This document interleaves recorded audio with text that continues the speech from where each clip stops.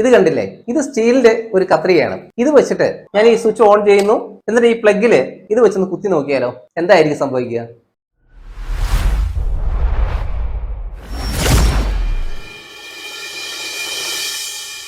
നമസ്കാരം, ഞാൻ ബിജുവർജുൻ, B.S Electrical Solutionsന്റെ പുതിയൊരു വീഡിയോയിലേക്ക് സ്വാഗതം. നമ്മുടെ ഇന്നത്തെ വിഷയം ഇങ്ങനെ ഒരു പ്ലഗിൽ സ്വിച്ച് ഓൺ ചെയ്തിട്ട്, ഒരു സ്റ്റീലിന്റെ കത്രികയാണെന്ന് പറഞ്ഞല്ലോ, ഇത് പ്ലഗിൽ ഇങ്ങനെ ടച്ച് ചെയ്ത് കഴിഞ്ഞാൽ എന്തായിരിക്കും സംഭവിക്കുക? ഈ ഇടത് സൈഡിൽ തൊട്ട് കഴിഞ്ഞാൽ ഷോക്ക് ഏൽക്കില്ല, പക്ഷെ ഈ വലത് സൈഡിൽ ടച്ച് ചെയ്ത് കഴിഞ്ഞാൽ തീർച്ചയായിട്ടും എനിക്ക് ഷോക്ക് കിട്ടും. ഇതിൽ ഈ ഇടതും വലതും എന്ന് പറഞ്ഞത് എന്താണെന്ന് ഒന്ന് പറയാം. നമ്മുടെ ഒരു സാധാരണ രീതി അനുസരിച്ചിട്ട് വലത് സൈഡിൽ ഫേസും ഇടത് സൈഡിൽ ന്യൂട്രലുമാണ്. അതായത് ന്യൂട്രലിൽ ടച്ച് ചെയ്താൽ ഷോക്ക് അടിക്കുന്നില്ല, ഫേസിൽ ടച്ച് ചെയ്താൽ ഷോക്ക് അടിക്കും. ഇതെന്തുകൊണ്ട് ഇങ്ങനെ ഒരു വിഷയം വരുന്നത്? സർവ്വസാധാരണമായിട്ട് കേൾക്കുന്ന ഒരു കാര്യം തന്നെയാണ്.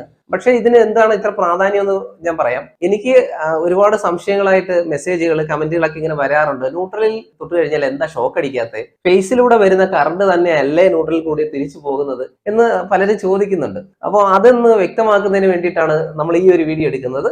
ഈ വീഡിയോ തുടങ്ങുന്നതിന് മുമ്പ് തന്നെ ഞാൻ പറയാം, കൊച്ചു കുട്ടികളോ അല്ലെങ്കിൽ മറ്റാരും ഇത് ഇങ്ങനെ പരീക്ഷിച്ച് നോക്കേണ്ട കാര്യമില്ല. കാരണം അപകടത്തിന് ഒരു സാധ്യത എപ്പോഴും ഇതിനകത്ത് ഉണ്ട്, ഷോക്ക് കിട്ടാനൊരു സാധ്യതയുണ്ട്. അത് ചില സാഹചര്യങ്ങൾ വരുമ്പോൾ അത് തീർച്ചയായിട്ടും നമുക്ക് ആ ഷോക്ക് കിട്ടിയിരിക്കും. ന്യൂട്രലിൽ നിന്ന് ഷോക്ക് ഏൽക്കാത്തതിന്റെ കാരണം നമുക്ക് അറിയണമെങ്കിൽ സാധാരണ ഒരു രീതിയിൽ തന്നെ ഞാൻ പറഞ്ഞു പോവാം. നമുക്ക് ട്രാൻസ്ഫോമറിൽ നിന്നും വീട്ടിലേക്ക് കറണ്ട് വരുന്നു. അത് സിംഗിൾ ഫേസ് ആണെങ്കിൽ ഒരു ഫേസ് വഴി കറണ്ട് വന്നിട്ട് നമ്മുടെ സ്വിച്ചുകൾ വഴി ലോഡുകളിൽ, ഫാൻ ആണെങ്കിലും ലൈറ്റ് ആണെങ്കിലും അതിലൂടെ പോയിട്ട് നേരെ തിരിച്ച് ന്യൂട്രൽ വഴി ട്രാൻസ്ഫോമറിലേക്ക് തിരിച്ചെത്തുന്നു. ഇത് ആണ് നമ്മൾ എല്ലാവരും സാധാരണയായിട്ട് മനസ്സിലാക്കി വെച്ചിരിക്കുന്ന ഒരു കാര്യം. ഇത് സത്യം തന്നെയാണ്. പിന്നെ ആ ന്യൂട്രലിൽ നിന്ന് നമുക്ക് എന്താണ് ഷോക്ക് കിട്ടാത്തത് എന്ന് പറഞ്ഞു തരാം. അതിനു മുമ്പ് നമുക്ക് ട്രാൻസ്ഫോമറിൽ നിന്നും ഫേസും ന്യൂട്രലും നമ്മുടെ വീട്ടിലേക്ക് വരുന്നത് നേരിട്ട് കണ്ട് തന്നെ നമുക്കൊന്ന് മനസ്സിലാക്കാം. ഇതൊരു ഡിസ്ട്രിബ്യൂഷൻ ട്രാൻസ്ഫോമർ ആണ്. നമ്മുടെ വീടുകളിലേക്ക് വൈദ്യുതി കിട്ടുന്നത് ഇങ്ങനെയുള്ള ട്രാൻസ്ഫോമർ. ഈ ട്രാൻസ്ഫോമർ നമ്മൾ ശ്രദ്ധിച്ചാലേ ഇതിൽ കുറെ ഫ്യൂസുകൾ ഇങ്ങനെ നിരത്തി വെച്ചിരിക്കുന്നത് കാണാം. അത് ഫേസ് ലൈനിന് വേണ്ടിയിട്ട് വെച്ചിരിക്കുന്ന ഫ്യൂസുകളാണ്. നമുക്ക് ട്രാൻസ്ഫോമറിൽ നിന്നും പുറത്തേക്ക് വരുന്നത് 3 ഫേസും ഒരു ന്യൂട്രലുമാണ്. അപ്പോൾ ഈ കാണുന്ന ഫ്യൂസുകളെല്ലാം എന്തിനെന്ന് ചോദിക്കും. ഇത് ഓരോ ഏരിയ തിരിച്ച് ഒരു ഫ്യൂസ് വെച്ചിരിക്കുന്നു. നമ്മുടെ വീട്ടിൽ സിംഗിൾ ഫേസ് ആണെങ്കിൽ ഇതിൽ ഒരു ഫ്യൂസിലൂടെ വരുന്ന കറണ്ടും ന്യൂട്രലുമാണ് നമ്മുടെ വീടുകളിലേക്ക് എത്തുന്നത്. ഇതിൽ ന്യൂട്രൽ കണ്ടോ, ഒന്ന് ശ്രദ്ധിച്ചാൽ കാണാം. ആ ന്യൂട്രൽ ബുഷിൽ നിന്നും ഒരു കമ്പി, ഒരു കണ്ടക്ടർ നേരെ ഭൂമിയിലേക്ക് കൊണ്ടുപോയിരിക്കുകയാണ്. ഭൂമിയിലേക്ക് കൊണ്ടുപോയി എർത്തിങ്, അത് ഗ്രൗണ്ടിങ് ചെയ്തിരിക്കുന്നു. അത് എന്തിനെന്ന് നമുക്ക് നേരത്തെ വീഡിയോയിൽ നമ്മൾ പറഞ്ഞിട്ടുണ്ട്. നമ്മുടെ വീട്ടിലും അതുപോലെ എർത്തിങ് ചെയ്തിട്ടുണ്ട്. ആ എർത്തിങ്ങിനെ നമ്മുടെ വീട്ടിലെ ഉപകരണങ്ങളുടെ ബോഡിയായിട്ട് കണക്ട് ചെയ്തിട്ടുണ്ടെന്ന് നേരത്തെ പറഞ്ഞല്ലോ. അപ്പോൾ ഇങ്ങനെ ട്രാൻസ്ഫോമറിൽ ഗ്രൗണ്ടിങ് ചെയ്തിരിക്കുന്നത് നമ്മുടെ വീടുകളിലെ ഏതെങ്കിലും തരത്തിൽ വൈദ്യുതി ലീക്കായി കഴിഞ്ഞാൽ ഭൂമി വഴി അത് നേരെ ഈ ട്രാൻസ്ഫോമറിന് അടുത്തെത്തിയിട്ട് ആ ഭൂമിയിലേക്ക് കൊടുത്തിരിക്കുന്ന കണ്ടക്ടർ വഴി നേരെ ട്രാൻസ്ഫോമറിൽ എത്തിച്ചേരുന്നതിന് വേണ്ടിയാണ് ഇങ്ങനെ ചെയ്തിരിക്കുന്നത്. അപ്പോൾ ഇതിൽ നിന്ന് നമുക്ക് മനസ്സിലാക്കാൻ കഴിയുന്നത്, നമ്മുടെ വീടുകളിലേക്ക് കറണ്ട് എത്താൻ ഒരു വഴിയും, അതായത് ഫേസ് ലൈനും തിരിച്ച് ഈ ട്രാൻസ്ഫോമറിലേക്ക് എത്തിച്ചേരാൻ 2 വഴികളാണുള്ളത്. ഒന്ന് ന്യൂട്രൽ ലൈനും, രണ്ടാമതെന്ന് പറയുന്നത് എർത്തിങ് ചെയ്തിരിക്കുന്നത് വഴി ഭൂമിയിലൂടെ സഞ്ചരിച്ച് ഈ ട്രാൻസ്ഫോമറിലേക്ക് എത്തിച്ചേരാനും.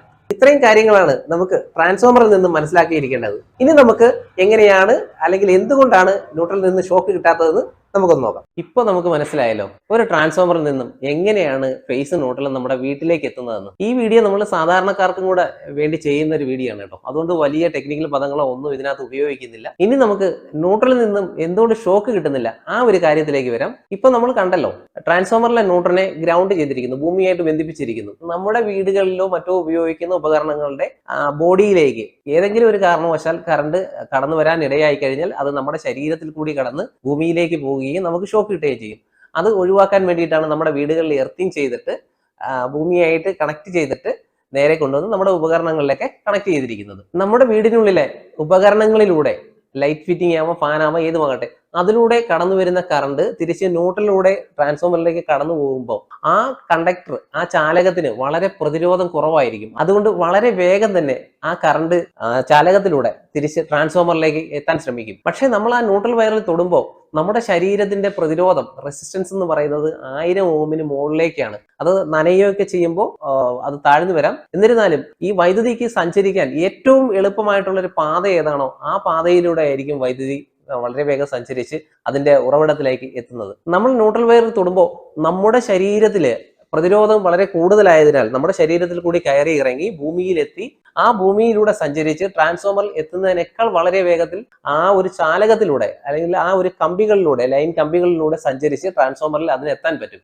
അതുകൊണ്ട് നമ്മുടെ ശരീരത്തിൽ കൂടി വൈദ്യുതി ചെറിയ ഒരു അളവിൽ മാത്രമേ ഭൂമിയിലേക്ക് കടന്നു പോകുന്നുള്ളൂ. അതുകൊണ്ട് മാത്രമാണ് നമുക്ക് ഷോക്ക് ഏൽക്കാത്തത്. എന്നാൽ ഫേസ് വയറിൽ തൊടുമ്പോൾ എന്താണ് സംഭവിക്കുന്നത്? ഫേസ് വയറിൽ നിന്നും നമ്മുടെ ശരീരത്തിലേക്ക് കയറുന്ന വൈദ്യുതി ന്യൂട്രൽ വഴി പോകാനൊരു മാർഗമില്ല. അത് നേരെ ഭൂമിയിലേക്ക് സഞ്ചരിച്ച് ഭൂമി വഴിയാണ് ട്രാൻസ്ഫോമറിലേക്ക് പോകുന്നത്. അതുകൊണ്ടാണ് നമുക്ക് ഫേസ് ലൈനിൽ നിന്നും ഷോക്ക് കിട്ടുന്നത്. നമുക്ക് ഷോക്ക് കിട്ടില്ല എന്ന് കരുതി ന്യൂട്രൽ വയറിൽ അങ്ങനെ പിടിക്കുന്നത് അത്ര ഒരു സുരക്ഷിതമല്ല, സേഫ് ആയിട്ടുള്ള ഒരു കാര്യമല്ല.